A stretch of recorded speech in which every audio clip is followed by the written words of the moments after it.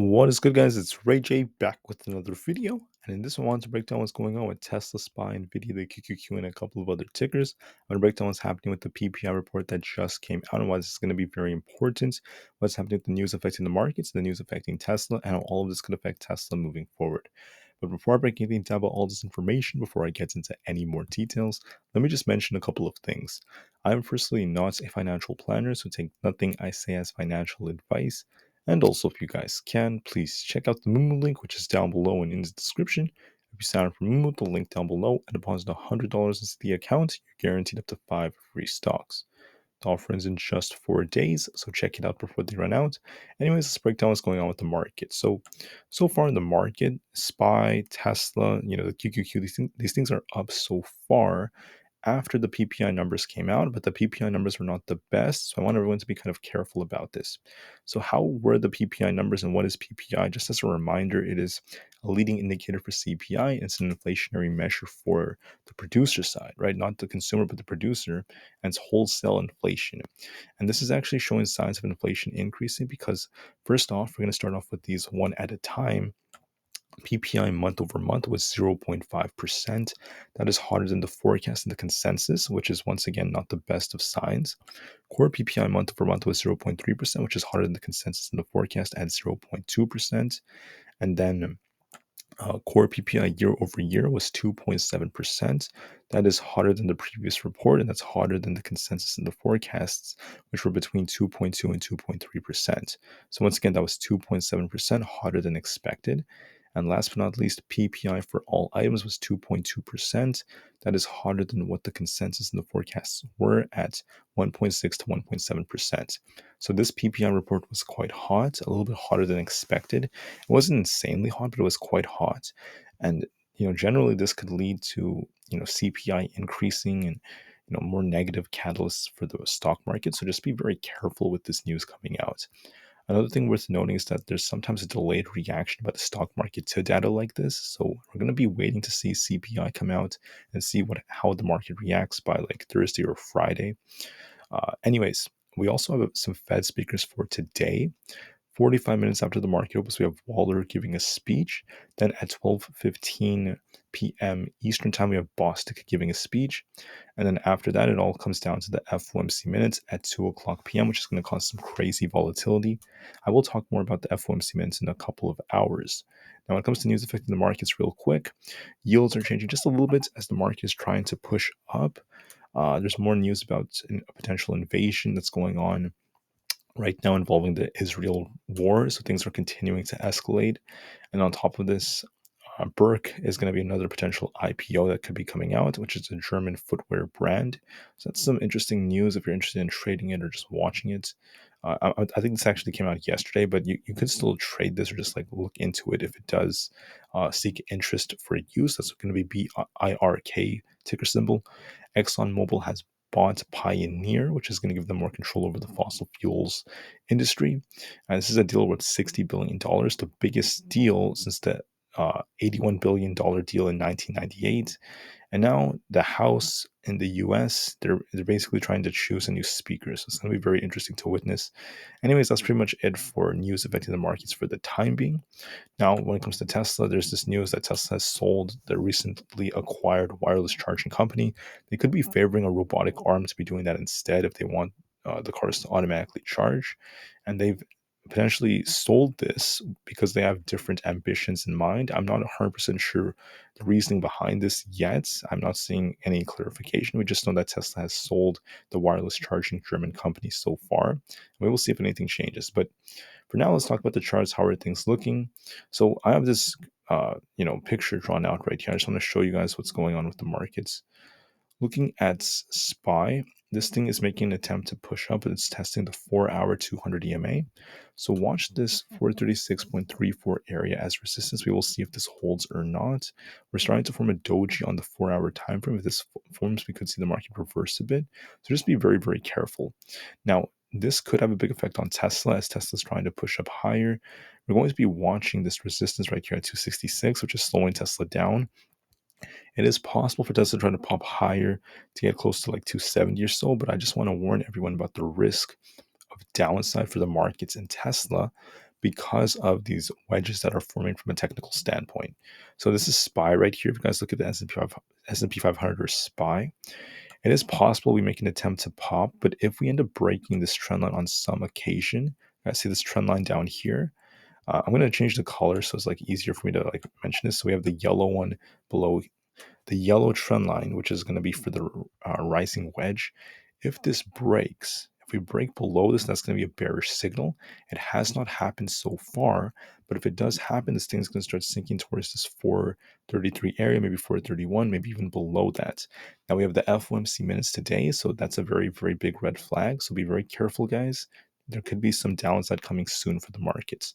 Now, are we dropping right now? As of right now, the market's holding up. It is possible for SPY to try to retest like 436. If we break that, watch 437 is the next critical resistance.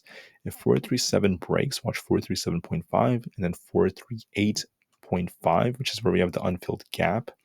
We will see if we can break those levels or not. There's going to be an attempt to try to push, but if it fails, if we get a fail of the move, this thing could start sinking because we have a potential break to the downside coming.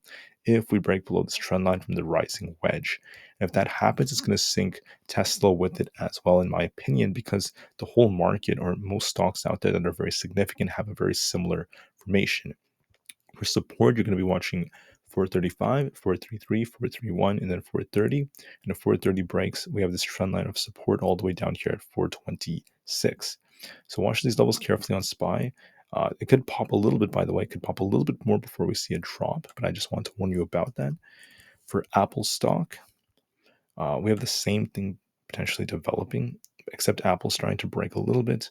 So it is possible that Apple makes an attempt to get a back test and it tests like 179 again before it starts sinking, or it could just start sinking from here. If it breaks below 177.5, it's going to start sinking even harder all the way down towards 176.5 or lower levels. That could drag the market down, so just be very careful. So Apple already broke below the wedge, but we need to see a confirmation of this candlestick.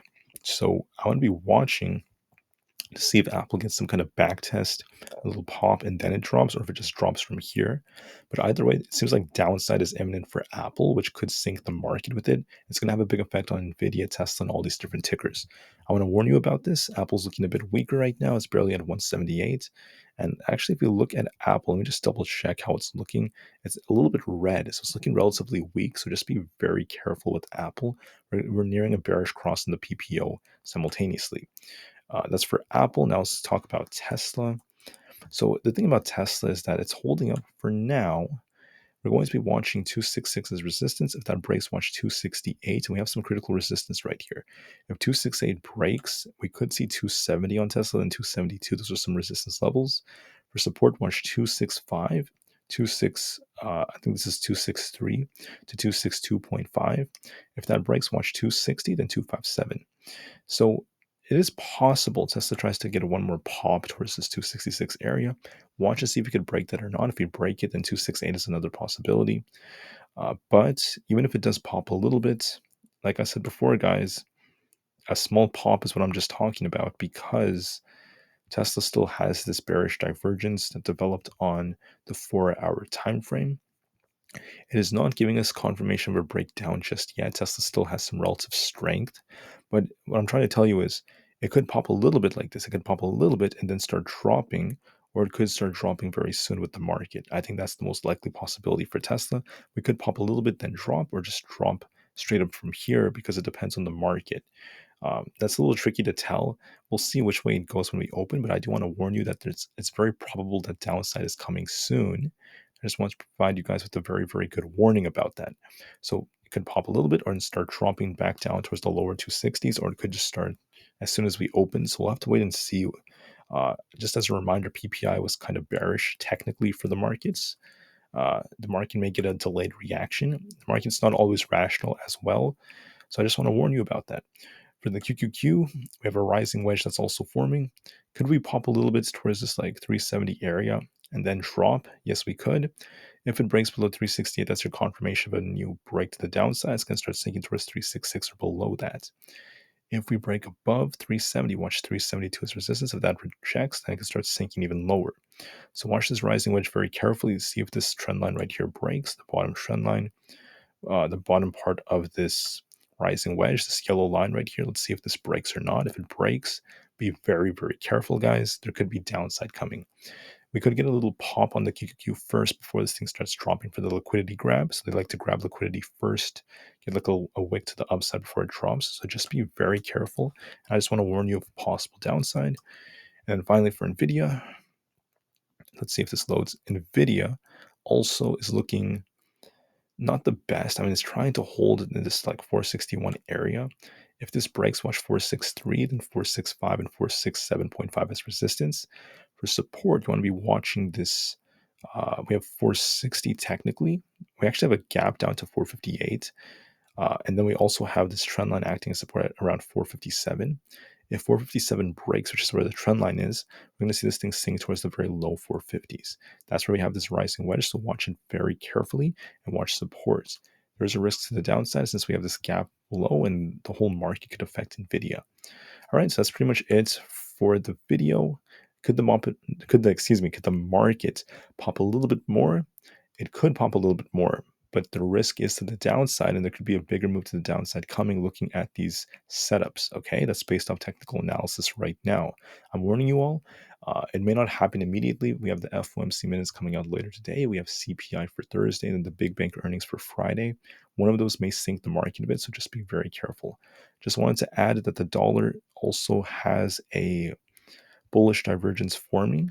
The dollar could get a bounce soon. So just be careful. If the dollar bounces, that could be bearish for the markets. The 10-year treasury yield is down a little bit, but we're at supports. We also have this unfilled gap above. We'll see if this bounces or not. If it gets back above 47, that could be a signal for downside for the stock market. So just be very careful. It is holding support so far at 46. We will see what the yields do. We'll see what the dollar does, and we'll see how this affects the market. So could the market pop more once again? Yes, it can, but downside is still imminent based off these charts. All right. Thank you for listening, guys. Sorry if this video is kind of late. I had a lot to go over. Take care, and I'll see you guys very soon. Thank you, and peace out.